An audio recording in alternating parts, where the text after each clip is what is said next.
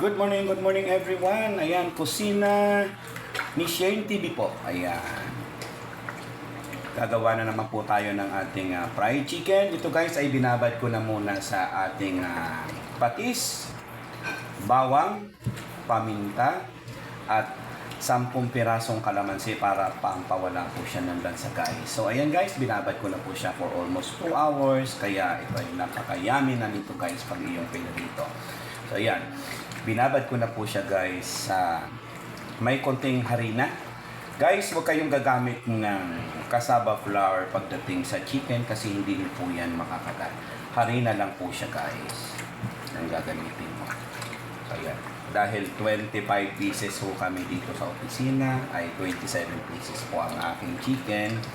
Ito, malinis po ang aking kamay bagong hugas po yan. Yan. Sa mga bago pong nanonood ng aking video, paki-subscribe na lang po, paki-like, i-share na lang po ang aking video para naman po makatulong sa aming maliliit na content creator na katulad ko. So, ayan guys. Ready na po siya guys na ating pipirituhin. Thank you for watching. So, ayan guys, start na tayo magpipirito na po tayo guys ng ating fried chicken. Be sure na kumukulo yung ating mantika and then pag kumulo na po yung mantika, paki-low fire na lang po yan. And then, eto na guys, dahil binabad ko na yung aking chicken, meron ako guys na breading. Hinaluan ko po siya guys ng harina na pampasarap.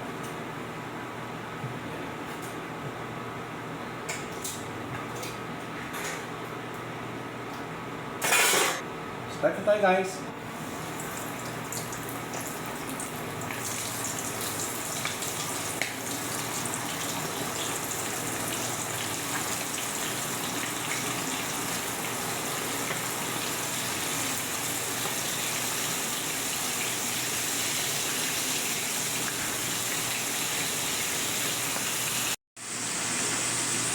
So, ayan guys, lulutuin natin siya ng mga 9 minutes. Yan, hintayin natin siya na mag-kulay red siya. So, ayan guys, dahil mamula-mula na, ayan, babalik ka rin na po natin itong ating chicken. Ayan.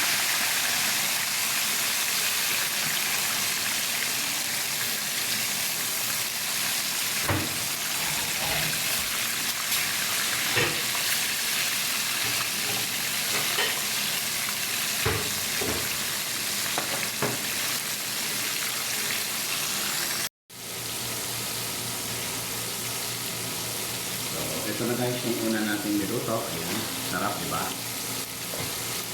Babalik na rin na natin itong ating pangalawang salang.